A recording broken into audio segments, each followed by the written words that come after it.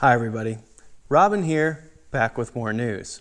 Porsche just announced the return of the Carrera T for the 2025 model year, adding to the 992.2 generation lineup. And it continues with the same formula: base Carrera engine, a sharper suspension, and a few lightweighting tricks. But there are a few changes. For the first time, Porsche will offer the Carrera T as a cabriolet. And not only is the manual transmission offered, it is now your only choice. For the powertrain, as I said, the Carrera T does carry on with the base Carrera engine, but the 992.2 Carrera did get a power bump. You now get 388 horsepower instead of 379, and the same 331 pound-feet of torque. No surprise at all, the power does go to the rear wheels, and Porsche claims that the Carrera T will hit 60 miles an hour from rest in just 4.3 seconds in the coupe and 4.5 seconds in the cabriolet. If you keep your foot in it, you will eventually reach 183 miles an hour in the coupe, shave one off for the cabriolet, 182 miles an hour. Not slow. As you accelerate to 60 miles an hour and beyond, you will be shifting through the gears of a new manual transmission. Sort of. It is actually a 6-speed manual transmission that is the first 6 speeds of the 7-speed manual transmission that was in the 992.1 generation Carrera. It also comes standard with an auto blip technology for rev matching, but you can disable that technology if you prefer to do it yourself. Rev matching is part of the Sport Chrono package, which is also standard equipment for the Carrera T. The dial for it is mounted on the also standard GT Sport steering wheel. A throaty Sport exhaust system comes standard as well.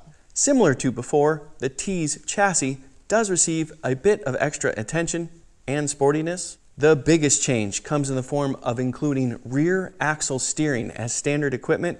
It was a $2,090 option before, and including it allowed the vehicle dynamics engineers to tune around it. As a result, the Carrera T gets a faster steering ratio and different front and rear anti-roll bars, not to mention a different tune for the adjustable shock absorbers, which Porsche calls Porsche Active Suspension Management. Just like the 992.1 T, it's also 0.4 of an inch lower to the ground than a standard Carrera. The T retains the brakes of the standard Carrera, but those have grown for the 992.2 generation. You now get 13.8-inch rotors up front and 6 piston calipers clamping down on them. That is an increase of 0.8 of an inch for the rotor and 2 more pistons in the caliper. Wheels measure 20 inches in front, 21 inches in the rear, and yes, it is a staggered setup. It is quite a bit wider in the rear as well. The Carrera T loses a few pounds by using lightweight glass, reducing the amount of sound deadening material in the car, and the manual transmission. But it is heavier than before. Porsche says it now weighs 3,316 pounds compared to 3,254 pounds for the 992.1 Carrera T. To shave a few more pounds, you can option the Carrera T with carbon fiber reinforced plastic seats.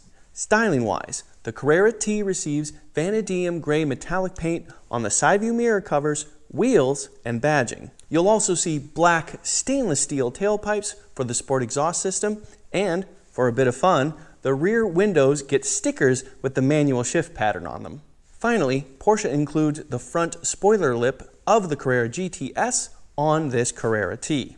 Inside, heated Sport Seats Plus are standard equipment for the Carrera T, and the GT Sport steering wheel is heated as well. The seats are upholstered in race text as standard, but several different seat and upholstery options are available on the T. Speaking of, the T Coupe comes standard as a 2-seater, and the Cabriolet comes standard as a 4-seater.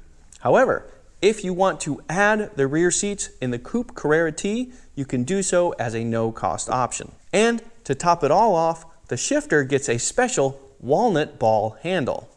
If you're one of the lucky few that have the means, the 2025 Porsche 911 Carrera T is available to order right now. It is not cheap. Including destination charge, the coupe starts at $135,995, and the cabriolet costs an additional $13,300 to cost $149,295. Several years ago, when I still worked at Auto Week, I was lucky enough to drive the reborn 2018 Porsche 911 Carrera T. This was the 991.2 generation version of the 911, and I instantly fell in love. And not that long ago, I got the chance to jump in the 992.1 generation Carrera T, and that love continued. It was brilliant fun and just reinforced my opinion that this is the perfect 911 for the road.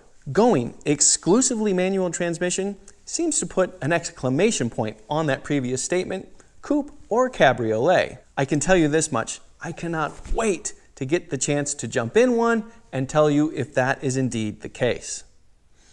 I'm Robin Warner. Thank you very much for watching.